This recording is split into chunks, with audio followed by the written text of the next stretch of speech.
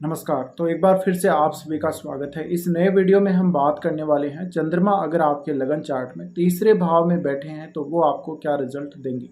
देखिए, तीसरे भाव में जब भी चंद्रमा आते हैं तो सबसे ज़्यादा जो चीज़ वो देते हैं वो है यात्रा करने में रुचि, और वो छोटी यात्राएं अधिकतर होती हैं। अगर आपकी कुंडली में लॉन्ग डिस्टेंस ट्रेवल के चांसेस हैं तो फिर लॉन्ग डिस्टेंस ट्रेवल भी हो सकती है। लेकिन जीवन में जब भी चंद्रमा तीसरे घर में होगा, छोटी छोटी यात्राएं बहुत सारी आप लोग करेंगे, ये आप ध्यान रखना।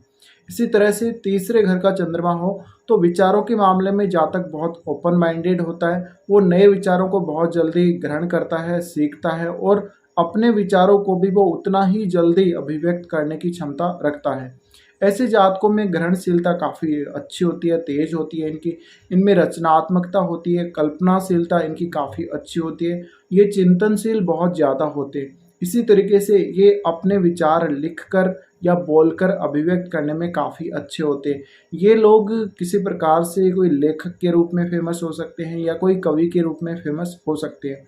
तो ये लगभग अपने विचारों को शेयर करते ही आपको मिलेंगे जहाँ भी आप इन लोगों को देखोगे। तीसरे घर में चंद्रमा आता है तो तीसरे घर के प्रति चंद्रमा बहुत ज़्यादा अटैच कर देता है जातकों को। ऐसे में इनके पड़ोस में इनके साथ जो लोग होंगे वो इनके साथ काफ़ी अच्छी तरीके से अटैच होंगे, लेकिन ज़्यादा अटैच्ड ये उनसे होंगे, अपने पड़ोसियों से, जिनका भी तीसरे में चंद्रमा है। तो कहीं ना कहीं जातक का जो आसपास का माहौल है, घर के आसपास का या भाई बहनों के बीच के जो संबंध है काफ़ी अच्छे होते हैं। ऐसे में अगर चंद्रमा खराब स्थिति में आ गया तो हो सकता है कुछ गड़बड़ जरूर हो। अदरवाइज यहाँ पर चंद्रमा इन लोगों को काफ़ी ज़्यादा अटैच करके रखता है। इसी तरह से चंद्रमा आपके तीसरे घर में है तो आप अपने भाई बहनों की अच्छी तरह से केयर करेंगे। आपके जो रिश्तेदार हैं उनके साथ भी आपके संबंध काफ़ी ज़्यादा मधुर होंगे। इसी प्रकार से जातक कोई मीडिया से जुड़े हुए कार्य कर सकता है, या फिर वो कोई बहुत अच्छा क्रिएटर हो सकता है। एक क्रिएटिव स्किल भी चंद्रमा यहाँ आप लोगों को प्रोवाइड करते हैं। तो चंद्रमा का जो रिजल्ट है तीसरे भाव में काफ़ी अच्छा हम मान सकते हैं। इसी प्रकार से आपको बहुत ज़्यादा फ्लेक्सिबिलिटी देते हैं तीसरे घर में।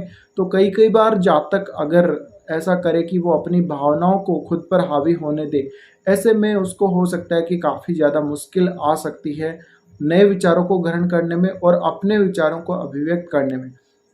मोस्टली यही देखा गया है कि चंद्रमा जिस भाव में होता है उस भाव के प्रति वो काफ़ी ज़्यादा भावुक बना देता है जातक को। तो अगर आपके भाई बहनों को, पड़ोस में किसी को या रिश्तेदारों में किसी को कोई कष्ट होता है तो वो कष्ट आपके लिए सुनने जैसा नहीं हो सकता। यानी आप उसको सुनना भी पसंद नहीं करेंगे। आप नहीं चाहते कि आपके भाई बहन, पड़ोसी या कोई भी कष्ट में हो, क्योंकि आपके लिए वो एक बहुत बड़ा दुख साबित हो सकता है। तो ऐसे जातक बहुत ज़्यादा केयर करेंगे अपने भाई बहनों की, पड़ोसियों की, रिश्तेदारों की, और उनके साथ हमेशा अटैच्ड रहेंगे। इसी प्रकार से ये ज़्यादातर अपने विचार या तो मौखिक रूप से प्रकट करेंगे या ये रिटर्न में भी व्यक्त कर सकते हैं। तीसरे घर में चंद्रमा हो तो कई बार जातक को विशेषकर महिलाओं के साथ अपने विचार अभिव्यक्त करने में काफ़ी ज़्यादा इच्छा होती है, और वो उनके साथ बहुत अच्छे से संवाद कर भी पाता है। इसी तरीके से तीसरे भाव में चंद्रमा है तो जातक बहुत बड़ी कोई रिस्क नहीं लेना चाहता। एक्चुअल में वो रिस्क टेकर होता ही नहीं है, वो रिस्क नहीं लेना चाहेगा कभी भी, क्योंकि चंद्रमा बहुत ही सॉफ्ट प्लैनेट है। इसलिए जातक को रिस्क लेने में डर लगेगा। अब भले ही आप चंद्रमा के साथ सूर्य को बिठा दें तीसरे घर में या कोई भी और प्लैनेट को बिठा दें, लेकिन यहाँ पर चंद्रमा है तो चंद्रमा डायरेक्ट जातक के मन को रिप्रेजेंट करता है। ऐसे में वो घबरा सकता है रिस्क लेते समय और उसको हानि हो सकती है।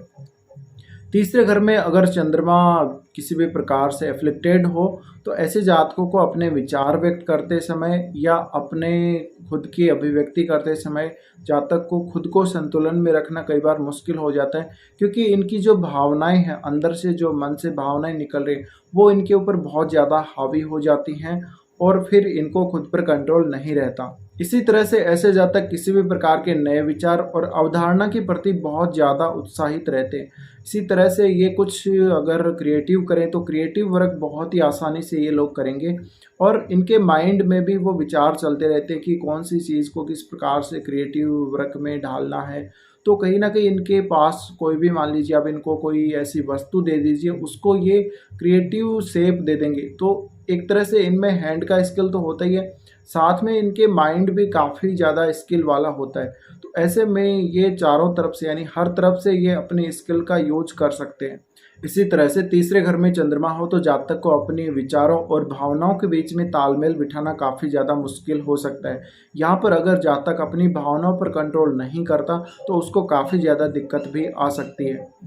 चंद्रमा अगर यहाँ पर अच्छी स्थिति में ना हो तो कई बार आप जो अपनी बात बता रहे हैं उसी को लेकर आप काफ़ी ज़्यादा विचलित हो जाएंगे और आप अंत में भ्रमित होकर अपनी बात को काट देंगे। तो यहाँ पर काफ़ी ज़्यादा दिक्कत आ जाती है जातक को। इसी तरह से आपको कोई अगला व्यक्ति जो सामने वाला व्यक्ति है वो समझने में देर कर सकता है, क्योंकि आपका मूड बहुत जल्दी चेंज होता है, आपके विचार बहुत जल्दी चेंज हो सकते हैं। ऐसे में सामने वाला व्यक्ति जो कुछ आपके बारे में सोच रहा होता है उसके बिल्कुल विपरीत आप व्यवहार कर सकते हैं या उसके विपरीत कुछ बोल सकते हैं। तो सामने वाला कोई भी व्यक्ति आपका अंदाज़ा नहीं लगा सकता कि आप क्या बोलने वाले हैं, किस प्रकार से आप किसी विचार को अभिव्यक्त करने वाले हैं। तीसरे घर का चंद्रमा होने पर जातक किसी भी बात को बौद्धिक और तर्कसंगत आधार पर परखेगा और उसके बाद ही उस बात को वो व्यक्त करेगा, कहीं भी वो चाहे व्यक्त कर रहा हो। इसी तरह से आपका मूड बार बार चेंज होता रहेगा अगर तीसरे भाव में चंद्रमा है तो, और आपको यात्रा करने की बहुत ज़्यादा इच्छा होगी। इससे दूसरे लोग, दूसरे व्यक्ति भ्रमित हो सकते हैं कई बार, क्योंकि वो अगर कोई अंदाज़ा आप लोगों के बारे में पहले से ही लगा के बैठे हैं तो आप हो सकता है उसके विपरीत बिल्कुल काम करें। तो ऐसी स्थितियां बनती हैं जब भी चंद्रमा तीसरे घर में होते हैं। अब चंद्रमा देखते हैं आपके यहाँ से नाइन्थ हाउस को, तो नाइन्थ हाउस को देखते हैं तो नाइन्थ हाउस की चीज़ों के प्रति भी आपको वो काफ़ी ज़्यादा केयरिंग बनाते हैं। ऐसे में आपके फादर के साथ आपके रिश्ते काफ़ी अच्छे हो सकते हैं। आपको लाइफ में बहुत अच्छे गुरु मिल सकते हैं जो आपके लिए क्रिएटिविटी के हिसाब से भी काफ़ी अच्छे हो सकते हैं। इसी तरह से आपको भाग्य का अच्छा साथ मिलेगा। और चंद्रमा का नाइन्थ हाउस को देखना कहीं ना कहीं आपकी जो उच्च शिक्षा है उसके लिए अच्छा है। हालांकि चंद्रमा तीसरे घर में होते हुए आपको बचपन में एजुकेशन में काफ़ी ज़्यादा दिक्कतें देगा, जैसे कि बार बार स्कूल वगैरह का चेंज होना या बार बार आप कुछ और चेंज कर लेंगे अपनी एजुकेशन के हिसाब से, तो वहाँ पर ज़रूर दिक्कत रहती है। लेकिन ओवरऑल अगर देखा जाए तो नाइन्थ हाउस को जब चंद्रमा देख रहे हैं तो उच्च अध्ययन के मामले में काफ़ी भाग्यशाली बना देते हैं। ऐसे जातकों के अपने कुछ रोज़मर्रा के कार्यों के लिए बहुत सारे इनके ट्रैवल हो सकते हैं और इनके अपनी खुद की एजुकेशन के लिए भी काफ़ी सारे ट्रैवल इनको करने पड़ सकते हैं। इसी तरह से चंद्रमा यहाँ पर आपके लिए दूर की यात्राओं और विदेश यात्राओं के लिए भी यहाँ पर मौका देता है। तो उसके लिए आपकी कुंडली में योग होना बहुत ज़रूरी है। तो कुछ इस प्रकार के रिजल्ट चंद्रमा देते हैं जब वो तीसरे घर में आते हैं। फिलहाल ये वीडियो देखने के लिए धन्यवाद।